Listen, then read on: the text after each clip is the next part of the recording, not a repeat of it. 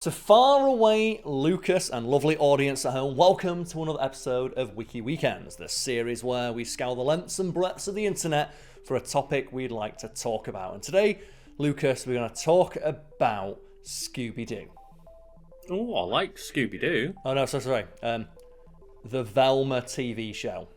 Oh, the thing without Scooby-Doo. Great. Where are you? So right away, Lucas, we have to clarify, we're talking about the Velma TV show, and we're probably going to say it's not very good. But the reason we're saying it's not very good is not because we hate women, it's because we like Scooby-Doo. It's weird that we have to say that as a clarifier, isn't it? Right at the start as well. Yeah. Right at the start. It's one of those things about being on the internet and looking like this. It's like, oh, you're a guy with shaggy brown hair who talks about film on YouTube. You must be racist, right? No. Wait, you're not misogynistic? I mean, obviously, living in this world, we are all a little bit, but, generally speaking. Now, we all contribute to the patriarchy in one way or another, but that's just the fact, just saying that's going to piss someone off. It's like, oh, God, do you ever think about anything else? Can you not just talk about Scooby-Doo? So, Lucas, what do you know about the Velma TV show? Besides, it's less than stellar reputation, at least among internet critics, shall we say. Funnily enough, the only real thing I know about it is something that we talked about. It must have been on another episode or podcast where prior to it coming out, we were like, hey, everyone, stop shitting on this show. Give it a chance. And then it came out and everyone went, no, it's just a poorly written show. But there's the thing, though. We did give it that chance, and it turns out it wasn't that great. And let's find out how not great it was by covering the wiki entry for it. So, Velma is an American adult animated mystery television series based on the character Velma Dinkley from the Scooby-Doo franchise. So, here's the thing, right? I love Scooby-Doo. Scooby-Doo is a cultural icon, both the character and the show. It's been airing since the 60s. There's a good chance that literally every single person watching this is younger than Scooby-Doo. It is an institution. That's basically guaranteed, right? Let us know in the comments if you are older than the creation of Scooby-Doo. Yeah, I'll put a thing on screen right now telling you when Scooby-Doo first aired. Let us know in the comments. Yeah, are you older than the Scooby-Doo show?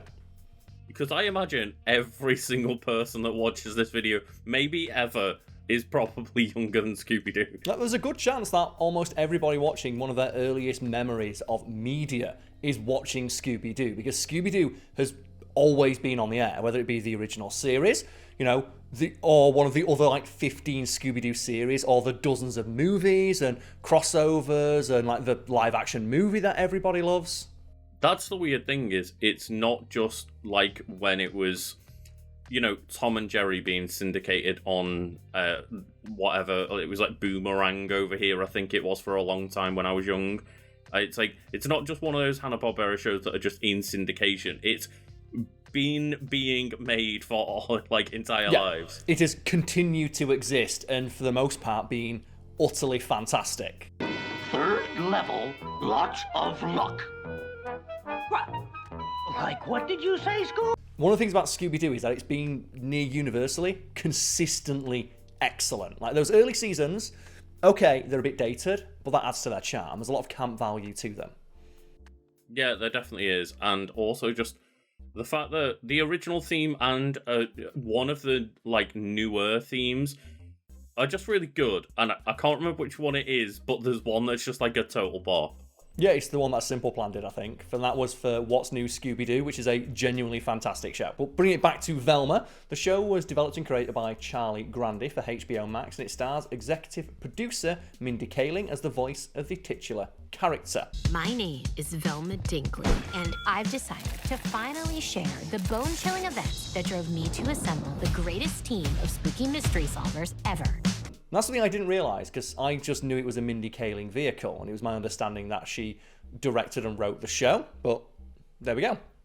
Yeah, all I'd heard was that it was a Mindy Kaling show. I wasn't sure how much she was involved behind the scenes. Well, no doubt we'll find out exactly how much of a role she played in its development when we get further into the wiki entry. And I would like to give props to Mindy Kaling, not for, her performance as Velma, but for a tweet she made when this show was announced. Because when the show was announced, it's like, hey, there's going to be a Scooby-Doo reboot, and Mindy Kaling's going to be the voice of Velma. And I think someone tweeted out in response to that, like, the Michael Scott, like, no! GIF. No, God! No, God, please, no! No! Yeah, and then her response was just, I wrote that episode. Yeah, which I thought was, one, a fantastic dunk, but also shows that, okay, the show might be in good hands here. Mindy Kaling's got some pretty decent comedic chops. I've liked, quite a bit of the things she's worked on. It's, one thing to very much note that some of the best episodes of The Office have, her finger in that pie. Not necessarily that she wrote the entire episode, but that she was involved with it, at least. Yeah, and her performance as... what character she's playing in The Office again, Lucas? Kelly. Kelly, yeah. Her character of Kelly is a very good character. Well, I manage my department, and I've been doing that for several years now. And, God, I've learned a lot of life lessons along the way. Your department's just you, right? Yes, Jim, but I am not easy to manage. Mm-hmm. And so she's got, proven comedic chops. So when I first heard that, I was like, okay, that could be an interesting take on this. Scooby-Doo is a franchise that existed for half a century. It is very malleable. There's a lot you can do with it because pretty much everybody alive knows who the characters are. So as a result, you can play around with what the characters do. But seemingly, they just went a little bit too far with it, at least in my opinion. But it continues here. So supporting Mindy Kaling as the voice of the titular character are Sam Richardson, Constance Wu, and Glenn Howerton in supporting roles. And Lucas, I told you this yesterday when I said, the Velma show is getting season 2. Should we cover Velma? And we both went, okay. And then you asked me, okay, so who's actually in that show? And I told you Glenn Howerton plays Fred, and you're like, what a waste. I just don't understand how Fred is played, not completely straight, but relatively straight when you've got Glenn Howerton playing them. And Glenn Howerton, obviously, Dennis in It's Always Sunny, if people aren't familiar with the actor's name, he could have played such a good subversion of Fred, where it's the creepy weirdo Fred. I've contained my rage for as long as possible, but I shall unleash my fury upon you like the crashing of 1,000 waves! Begone, vile man! Begone from me! A starter car! This car is a finisher car! A transporter of gods!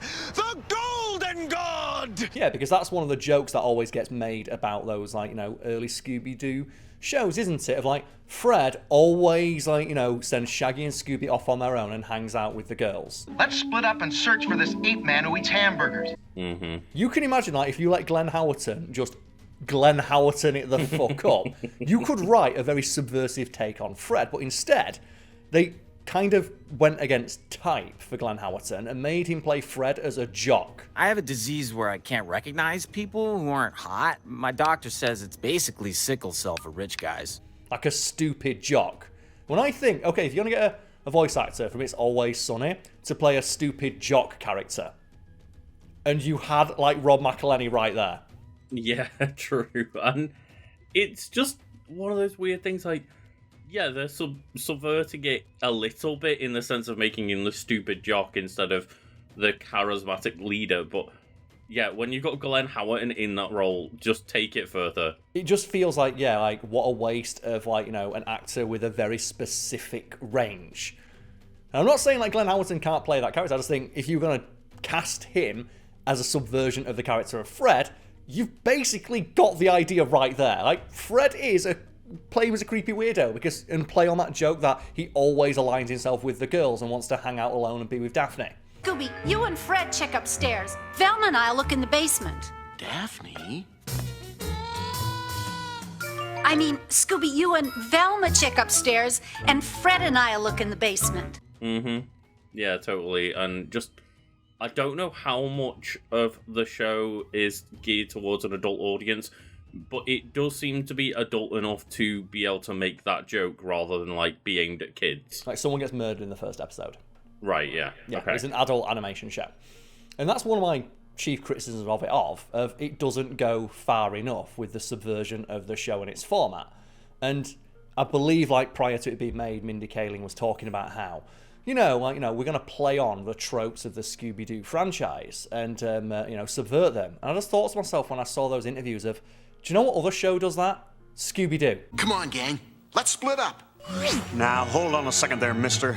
We're going after some creepy ghost person, and you want us to split up? Well, yeah. Want to get lost with me? I'll give you a Scooby snack.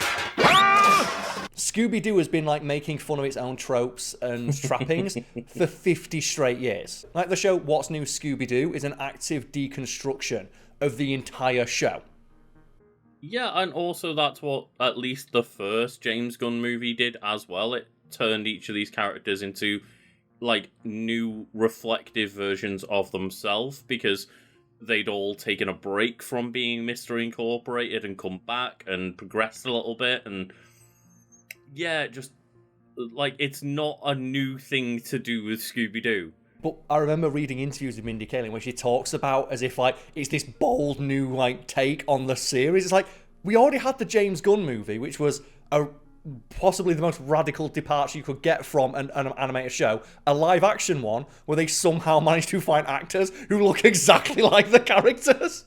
And play them so well. And play them completely straight.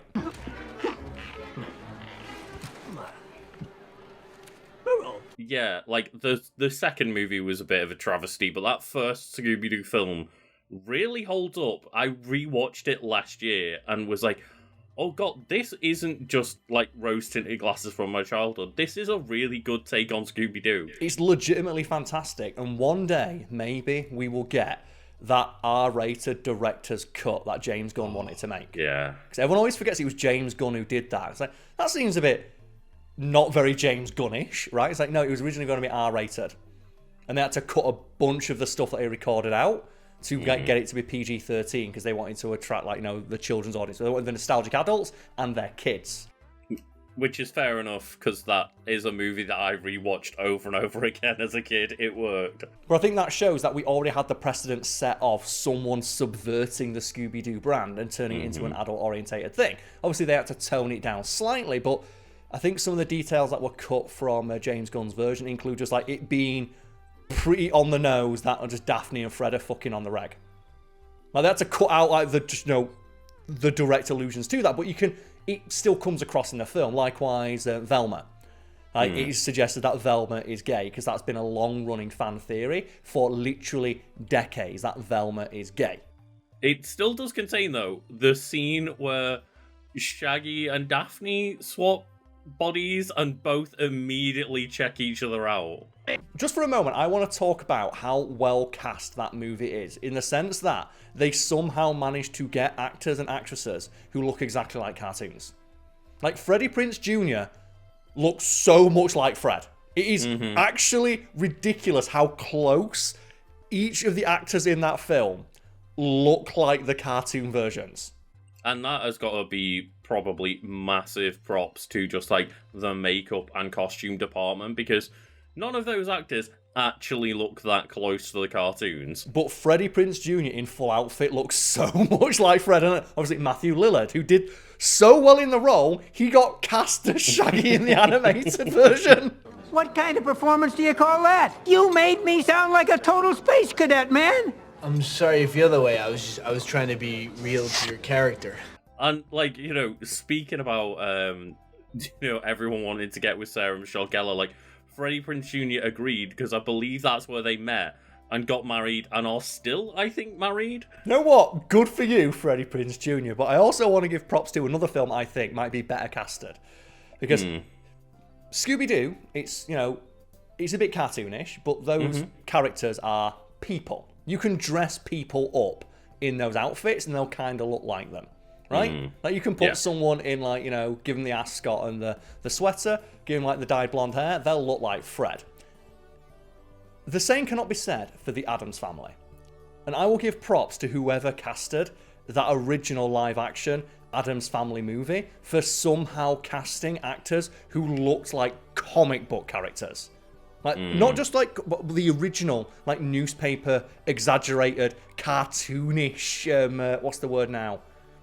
When you draw someone all exaggerated. Like a caricature. A caricature, yeah. Like, there were caricatures of certain traits, and they somehow cast actors who look exactly like that. Home cooking! There's nothing like it in the world.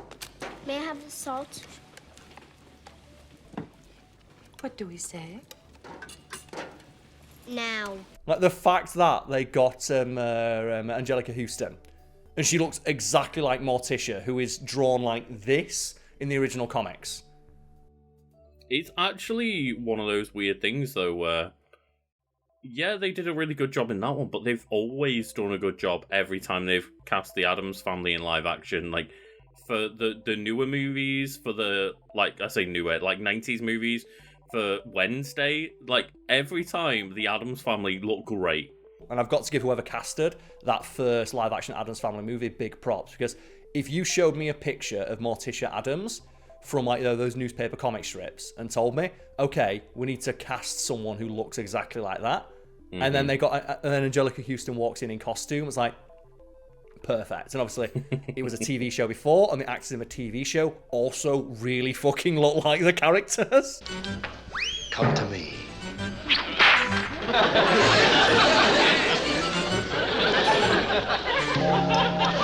Bringing it back to Velma, the series premiered on January 12, 2023. It received mixed reviews from critics who praised the voice acting and animation, but were divided towards the humour and criticised its meta-storytelling, characterisation, writing and departures from the traditional Scooby-Doo format, including not putting in Scooby-Doo.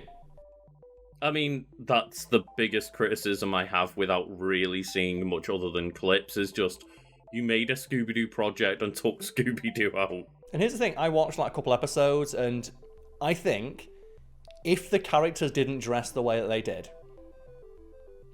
and you just called this like American Dad ripoff number 4, no one would give a fuck. And you wouldn't know they're supposed to be the Scooby-Doo characters. You'd think they were doing a parody. It feels like, you know, an extended Family Guy, like, cutaway gag. Whoa, what the hell are you guys doing here? I'm sorry, we happen to be here to solve a case. We were here first. Well, you know, this is a free country, dude, and we are here to go to work. Free country, but this is our beat. And that's probably why they used the Scooby-Doo IP in the first place, is because they needed something to make it stand out, but it still doesn't stand out and just does, you know, weaken the IP of Scooby-Doo overall. Yeah, and I would just agree with that, you know, just consensus there of, okay, it's fine, I guess.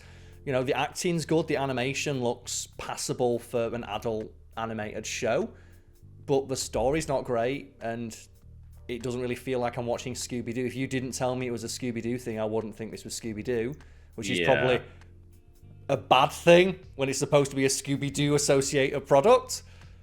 I mean, if anything, maybe it helps them out, because, like, at least this way people won't really think of it as branded as Scooby-Doo.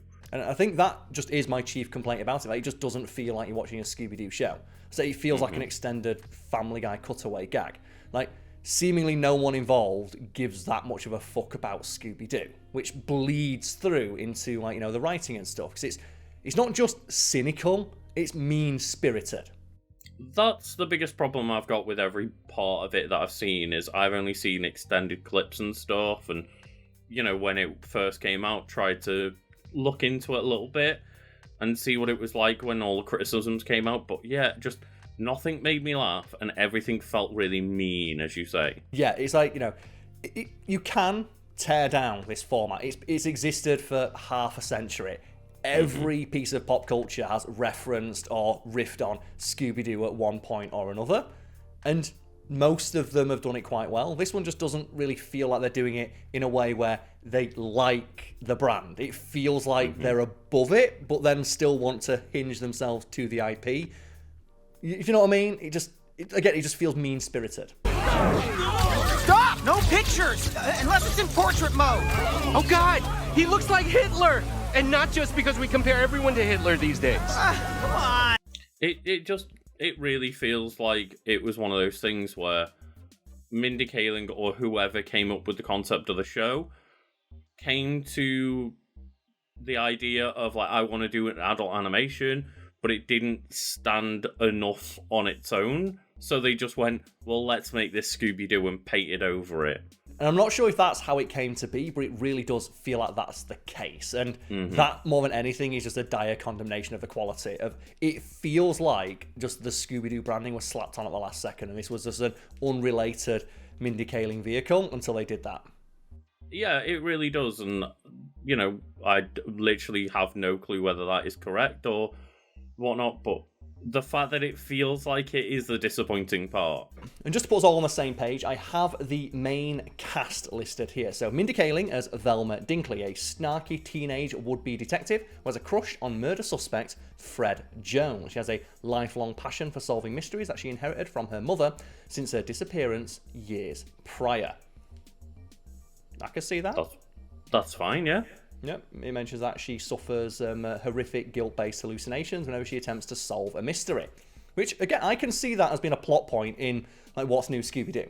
Because, like, What's New Scooby-Doo, I think it's the gold standard for Scooby-Doo media, besides the live-action film. Because what they did is they took all of the characters and just went, okay, what's the one thing they're known for? Let's just turn it up to 11 and see what kind of, storylines and jokes we can get out of that. For example, there's a running gag throughout the show that the Mystery Machine blew up.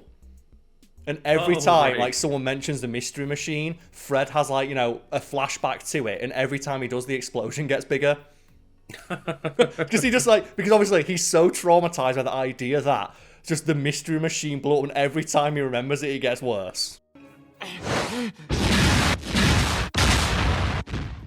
And you said to me, because, like, Scooby-Doo is known for its crossovers, you said to me at some point, I guess it was What's New Scooby-Doo, I don't know which current arc it was in, but that they crossed over with Supernatural and just went, yeah, ghosts are actually real now. Yeah, I think that might be Mystery Incorporated. So if I'm getting any of these Scooby-Doo shows wrong, I apologise, because there's also Mystery Incorporated, which that might be the one where Fred has the flashbacks, yeah, and then What's New Scooby-Doo was, like, more episodic. Whereas I think What's New Scooby-Doo is the one where they had, like, a season-long arc. But yeah, Mystery Incorporated. Sorry, it's confusing because there's a lot of Scooby-Doo shows. But I'm going to put clips in of the thing that I mean and put the credit for what it is at the top. So just forgive me for not knowing exactly which piece of Scooby-Doo media I am talking about. Yeah, they do have a crossover with the Supernatural show, which is basically what Mindy Kaling wanted to make. And I keep saying Mindy Kaling here. When it was, like, you know, written and directed by another guy, it felt like her project, so I'm going to address it as such. It was promoted as, here's a Mindy Kaling show. Yeah, and it mentions here that one of the production companies is literally Kaling International, in association with Warner Bros. Animation. But, yeah, in that they have a crossover with Supernatural, like Dean Winchester and the other guy from Supernatural rock up. Oh, Sam and Dean, yeah, that's it. I was going to say the brothers, right? Yeah. The brothers, yeah.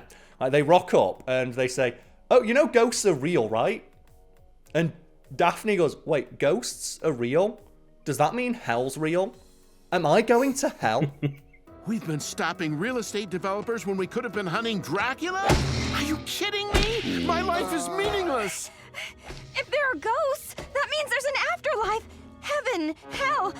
Am I going to hell? And that one minute section is one of the best bits of Scooby-Doo media ever. And it is basically just what presumably Kaling was trying to do, like, you know, tearing down the brand. Of, like, that does it in such a flawless way, and it's so fucking funny. And I can only imagine as well, I'm trying to think of, like, oh, well, when I played Cuphead, right, they lost their souls to the devil, and the deal was, go and bring these, like, other bounties back to me, and I will release your souls. And I've got to imagine, if ghosts are real in the Scooby-Doo universe, they have thwarted enough actual real ghosts and given them back to hell that the devil will just let them go. It probably would be, yeah, but it's a really fun crossover, and they play with the tropes of the show. And, like, they have the characters just develop self-awareness. Which is, it's funny. And like I said, the Mystery Incorporated as well, that's the one where, I think that's where the character of Fred is just obsessed with the idea of setting and laying traps. So do you like because that's the thing, like during old Scooby-Doo episodes, it'd always be Fred would set a convoluted trap to trap the person in the costume to prove that they're not really a ghost. Yeah. I've got it all figured out. I was up all night building a trap, and believe me, we'll catch it. Or die trying. They turn that up to 11 in that show, and they say, like, just he's so obsessed with them every time they're trying to, like, solve a problem. He's like, should we set a trap? It's like, no, Fred, not every problem needs you to set a convoluted trap. Stop it. And they have, like, yeah. Always that weird thing with Fred of, like, his gimmick was being the leader, which isn't really a gimmick. So, yeah, you've got to kind of find that other element of, like, well, you know, Velma's the smart one, Daphne's the damsel, like, Shaggy's the scared one, Scooby-Doo's the dog that loves Scooby snacks, and then Fred is in charge, and it's like... just Guy. Yeah, so I do appreciate the fact that they give him, like, a proper gimmick of, like, no, he's obsessed with traps. That's his thing. And that's, like, the thing, and he just enjoys that so much. And one of the best jokes in the entire show, he's like, Daphne walks in on him, and he's like, he's reading a porno mag, and he's like, what you got there, Fred? What you got there? And he, like, he looks it up, and it's just a magazine called Traps Monthly, and it's like a big box with a string on it, and it's like, he's that obsessed. What's that? No, don't! Traps Illustrated? Freddy! I read it for the articles. He's that obsessed with the idea of just laying traps and catching people in these, like, his spider web.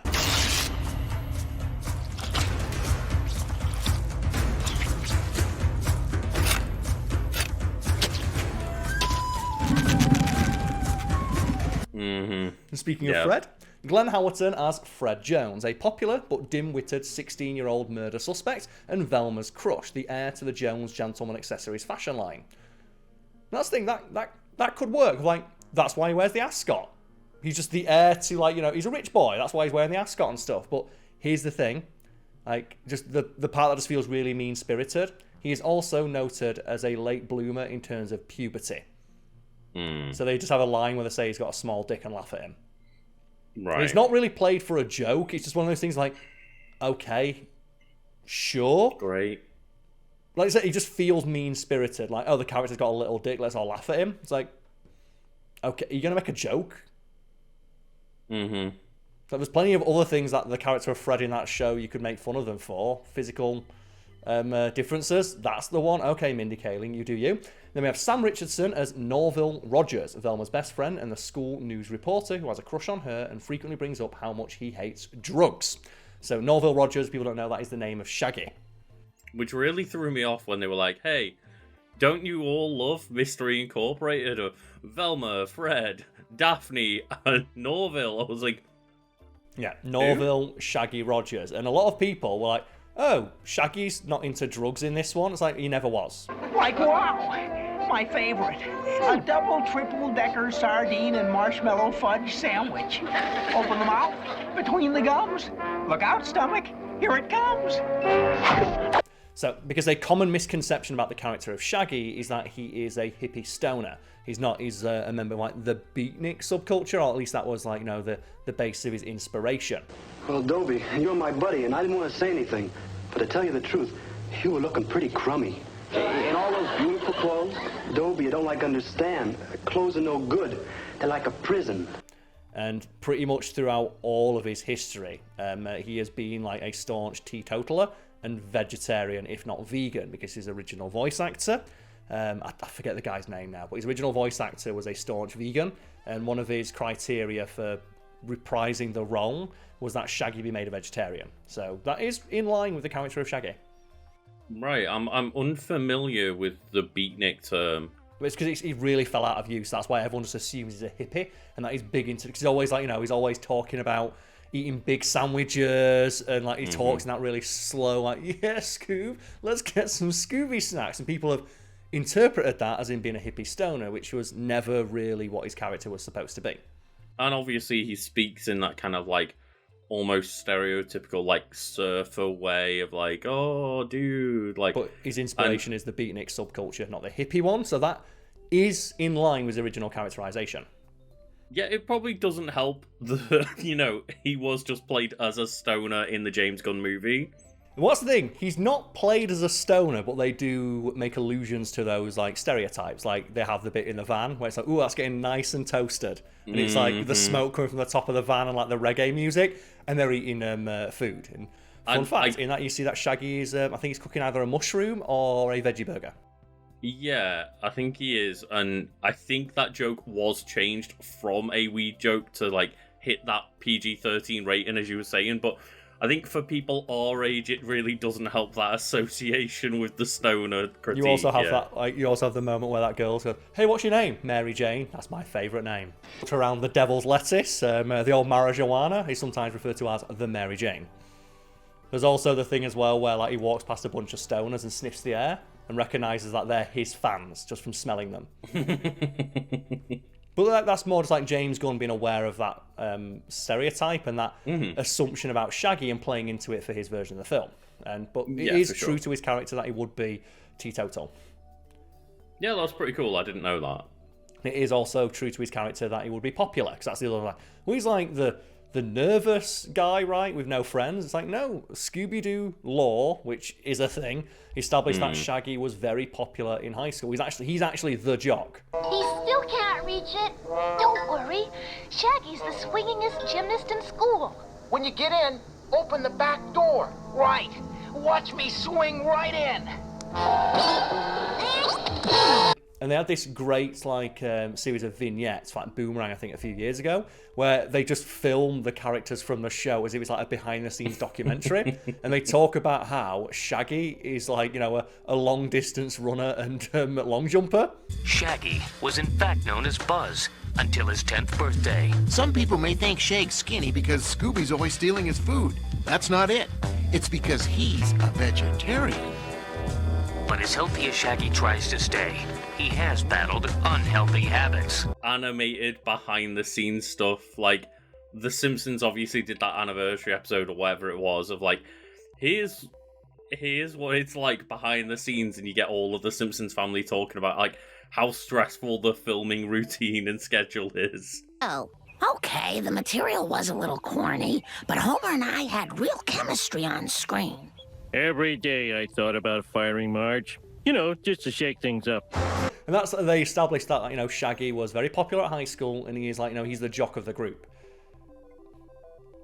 Which I just think is like one of those things that, yeah, he's the jock of the group. So again, it is fitting with the character. And he mentions here that, unlike many of his portrayals, he's portrayed in the show as African American and is exclusively referred to by his real first name instead of his familiar nickname, Shaggy. And I have no issue with you changing the race of Shaggy. I don't particularly give a shit, because the race of the character is incidental. This is my issue, though. He also does not share the original Shaggy's cowardice. Oh. That's the thing. And this is the problem where when you want to criticize the characterization, it's like, yeah, I don't like how they made him black. So I don't care that they made the character black, but Shaggy, if I were to show you a person in a green t-shirt and brown trousers with shaggy hair, that's Shaggy. That looks like them, but if I said they're also really brave, saying, well, that's not Shaggy. Shaggy, he's a coward, but that's what makes him such a good character, because then he overcomes his fear. And that's what makes him a good character. It's the whole point. I don't know much about hypnosis, Shaggy, but I know one thing. It cannot make you do things you couldn't do without it. All that stuff you did when you were brave, that was you. It's inside you. You just have to let it out.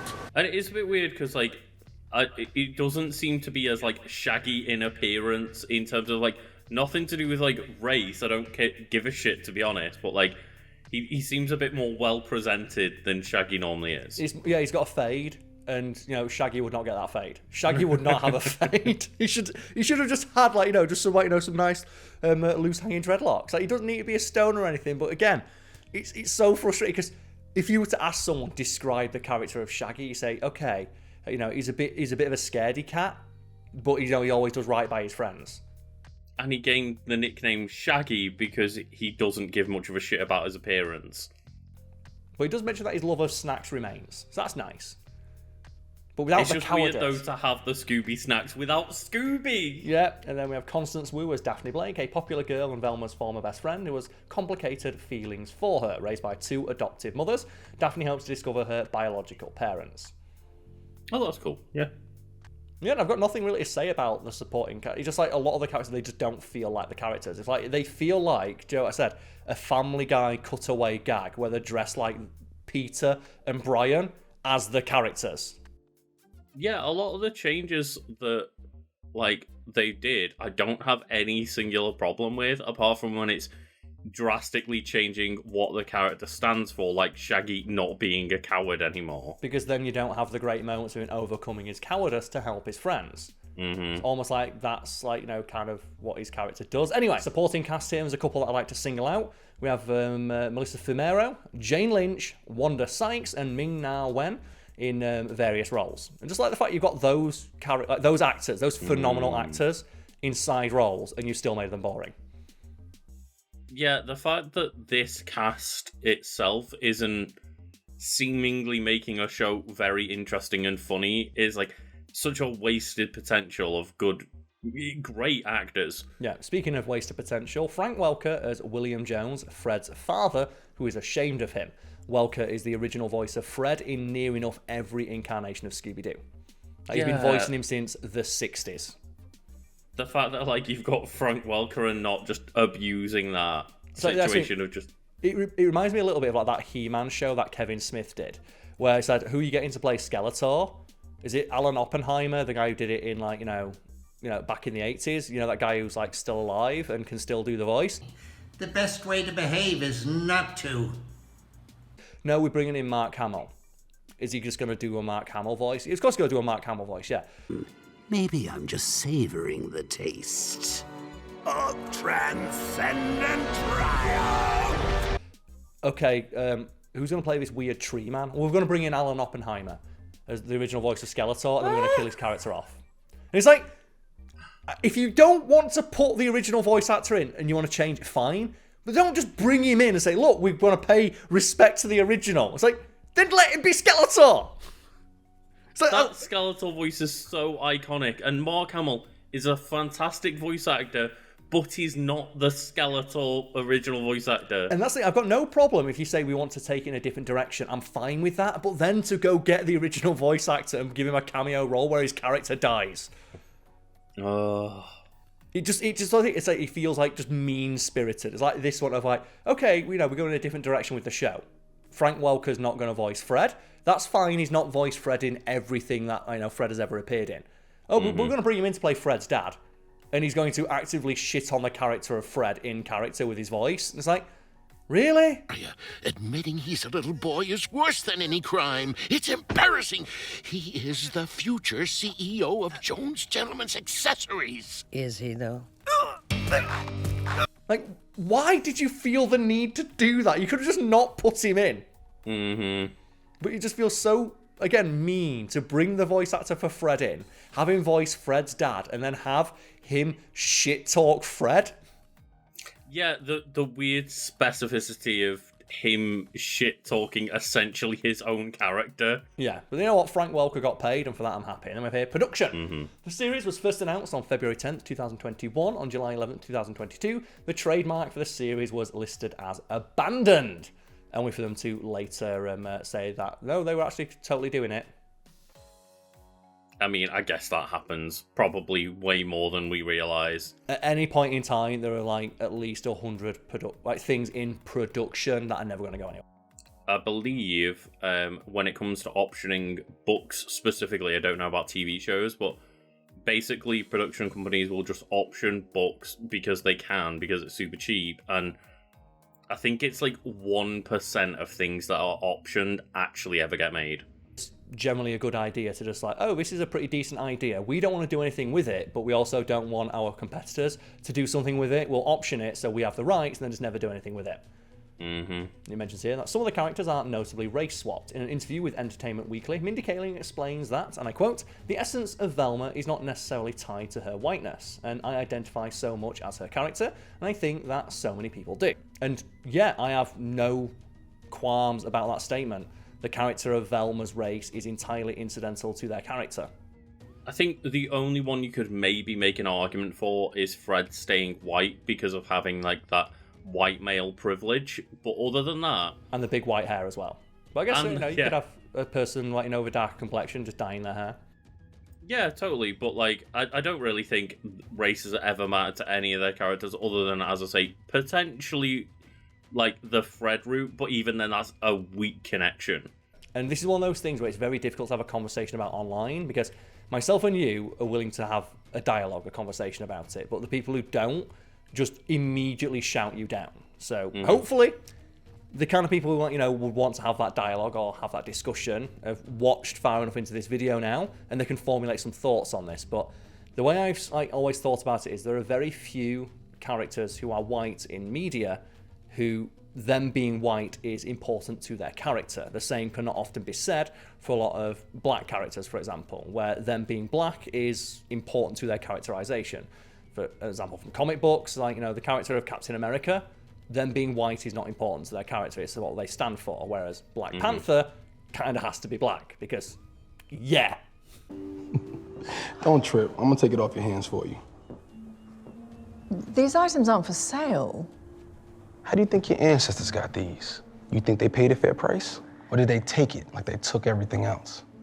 So I'm going to have to ask you to leave. Yeah, and the reason why a lot of the characters' races do matter when it's not a white person is because it's made by creators who are wanting representation outside of just seeing a white dude on screen or on a comic book page. Yeah. So they make something that's more meaningful to their own background on purpose. Yes, but there are very, very few examples of like black or minority characters where their race or the thing that identifies them as a minority is incidental. And one of the examples that I saw pointed out is Winston from Ghostbusters, where there is no reason that Winston has to be black. He's just a guy who walks in off the street who wants a job. If there's a steady paycheck in it, I'll believe anything you say. I don't think any of them have any reason to be of a certain race. Normally, yeah, but normally when you have characters where their race is incidental, the default is white guy. Normally, yeah. Suck it, reindeer games. I'm not Ben Affleck. You white, then you Ben Affleck. Right, Wheeler? Yeah, you are white. That's true, I am white. Let's go.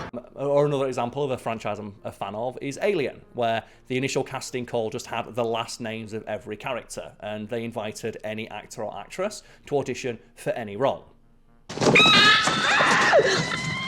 Oh, God!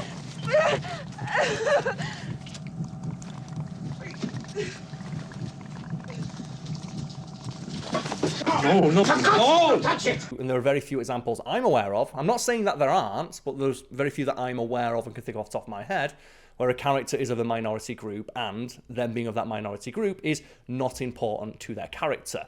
And I think one of the weirdest examples I'm aware of is the film Mac and Me. Are you familiar with Mac and Me at all? Is that terrible E.T. knockoff? The only thing I'm familiar about is that Paul Rudd keeps pranking Conan O'Brien with a clip of Mac and Me. Yep, with that little kid in a wheelchair going down the hill. Mm-hmm.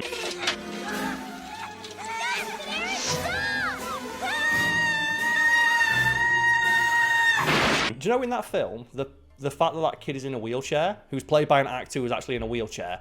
Like 12-year-olds everywhere, he plays baseball. But unlike other junior high school kids, he's starring in a movie, Mac and Me, where he plays Eric, a typical suburban kid who crosses paths with a typical mysterious alien creature.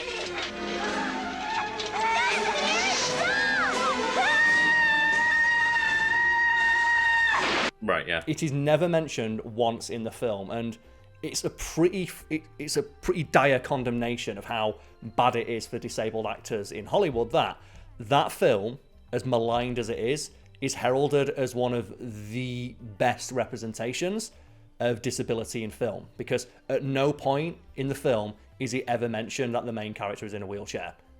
And can you think of any other piece of media where that's the case? Where there's a character in a wheelchair where them being in a wheelchair is not at least mentioned? Dr. Crane, the man is in a wheelchair. Which means that somewhere, someone is missing a wheelchair.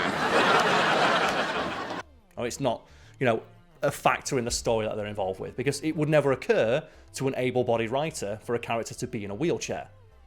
Unless it is important that they're in a wheelchair. Right? Yeah. It's hard to think of many roles like that. I can't think of one.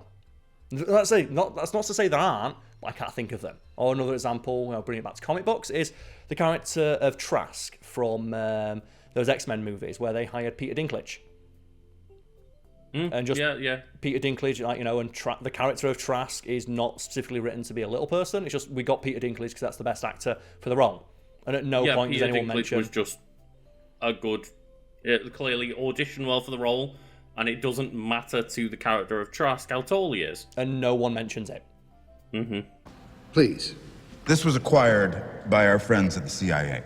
It's a dissertation written by a mutant at Oxford University. And I quote. But that's the thing as well, that is so rare that the examples of it jump out. And this is what I want to ask the audience at home. Can you think of any character in fiction where they have to be white? Have to be, where you couldn't race swap them because them being white is so important to their characterization. And the only one I've ever seen as an example that I agree with is Batman. I agree with the Batman allegory. I will say there's a lot of roles where, for example, someone playing a Nazi / neo-Nazi, they probably should be white, right? And if someone wants to say a historical figure, that's not what I'm asking. I'm asking for a figure from media and fiction. Because I can't imagine American History X having a black character play a black actor play that role of the neo-Nazi Edward Norton. I would watch that movie though. Do you know that joke? Yeah, do you know that joke that always gets made of what they're going to do next? Make a movie with black gay Hitler? I'd watch that movie. Well, they made that movie where the black guy goes undercover as a member of the Ku Klux Klan, right? Yeah, which is based on a real thing. Oh, right. That's based on a real guy who did that. Although he didn't put the hood on and go into the thing, but he mostly communicated people by mail and stuff. But that is based on a real story. Oh, fair. But to go back to the Batman thing, I'm wait, why does Batman have to be white? So the breakdown I saw that just it knocked me on my ass because I'd never considered it is, well, for the most part, in virtually every piece of Batman media, the reason why Bruce Wayne is able to convince people he's not Batman is because he's a billionaire playboy who doesn't give a fuck about, the everyday struggles of Gotham. That would not be believable if he was black or of a minority group, because even if he was a billionaire, if he was black, he would still be dealing with the kind of discrimination that the people on the very bottom of Gotham City's social hierarchy would be dealing with. It's really funny because it kind of reminds me of that line in Spider-Man No Way Home where Jamie Foxx thought that Andrew Garfield's Spider-Man was black because he's like, hey man, you're from a poor area of New York and you were helping a little guy. I kind of just assumed you were going to be black. I'm a bit disappointed. Which is a great, little character. Because, Jamie Foxx's reasoning is entirely, correct. There's not many white people give a fuck about. Not many white people with power who would give a fuck about, the little guy who's struggling. You got that suit. You help a lot of poor people. I just thought you was going to be black. So just assume Spider-Man was black. Oh, man, I'm sorry. I don't apologize. There's got to be a black Spider-Man somewhere out there. And just the fact that he's I'm a little bit disappointed. It's going to be okay, but man. And that's when they say that thing, don't they? They're maybe somewhere out there is a black Spider-Man. And just Miles Morales, let's go. Yeah. And hopefully what me and Lucas discussed there makes sense and people will answer the question in good faith, because the problem with the internet is people don't want to have discussions, they want to be right. So I imagine that there might be a handful of people in the comments below of well, you'd never get a black person playing Hitler or something like that. And it's okay, if you want to win the argument and just throw out an example, sure. But if you want to have a discussion about it, we welcome you to do so in the comment section below or on the Discord, which is also linked below. But Lucas, to end on, we have critical response to Velma. So Velma has mixed reviews from critics. The review aggregator website Rotten Tomatoes reported a 39% approval rating with an average of 5.9. So, okay. Not great. Here's the thing. Not great. The consensus reads, Jinkies, this radical reworking of the beloved mystery team, has plenty of attitude and style, but it doesn't have the first clue how to turn its clever subversion into engaging fun, which is... It's not a harsh review. I feel that the review is entirely fair, and 6 out of 10 is probably what it deserves. It's okay, it's nothing fantastic, it's more than anything disappointing with the level of talent and skill on display that they made this. I think it's what we talk about quite often, of Velma hit that range of just okay enough to not be interesting in any way. Yeah, but which like, is the worst thing you can do, right? Yeah. And then the audience response is a little bit harsher. So, yeah. But one response I will single out, though, is a writer for Pink News noted in their reflection of the audience reception that the show had been accused of perpetuating stereotypes against South Asian women, criticised for poor attempts at self-aware comedy, and slammed for losing the essence of what people love about Scooby-Doo. So, and obviously I can't speak to that. I am not a person of, Southeast Asian descent, but a writer who does identify from that region said, no, it does play on some stereotypes that aren't necessarily great, and it's kind of disappointing that Mindy Kaling, as a person who identifies that way, would fall into the trap of making stereotypes about her own race for a cheap joke. Yeah, I was going to say, because, I'm pretty sure Mindy Kaling is in the writer's room on this one, and yeah, I think, not a person that hasn't come under fire in recent years. And that's the criticism I can't really speak to, but I thought it was worth noting. And there is a couple of responses from people involved with the show, and the one that's the most cringy is Mindy Kaling, because she does this a lot when stuff she's involved with doesn't get great reviews. So, as I said, audience reviews, they were really bad. There was we're not gonna try and downplay how just vitriolic some of the responses online were, but from critics, people's opinions actually matter, or the only people's opinions should actually matter to a creator, were fair, and the criticisms they gave were just it could be better. She wasn't happy about that, and she's done that in the past, where I think it was Ocean's 8 that she was in, where she criticised the criticisms by saying they just don't like it because they don't get it, and that movie got pretty reasonable reviews, 6 or 7 out of 10, with people saying it's kind of fun, and maybe it could be a bit better. The chemistry is really great, but sometimes the plot's a bit thin. Do you know what else got similar reviews to that, Lucas, and similar ratings? Oceans 11, 12, and 13. Oh. Yeah, all the Oceans movies. So it got reviews in line with what an Oceans movie would get. But she was really mad about it and said, you just don't get it. It's it got the same criticisms as an Oceans movie. Man, I always really enjoyed Ocean's 11. I'm surprised that it would get, mediocre reviews. Not mediocre, it just gets reviews of it. The cast is great, the action's fun, but sometimes, some elements are a bit weak, but it's carried by the performances. Ocean's 8 got pretty much the exact same reviews of. Okay, the humor's fantastic, the chemistry is really, really evident, the actors are clearly having a lot of fun in the roles, it's beautifully shot, but some parts of it just aren't too great. 6, 7 out of 10.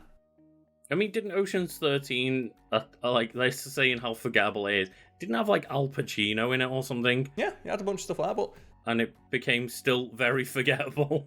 But, the reviews would be, 6 or 7 out of 10, and I believe Mindy Kaling's response is, the reviewers, they just don't get it. And it's just accept that it was okay. A thing you can make can just be okay. Yeah, it's always one of those things of, I understand sometimes when, for example...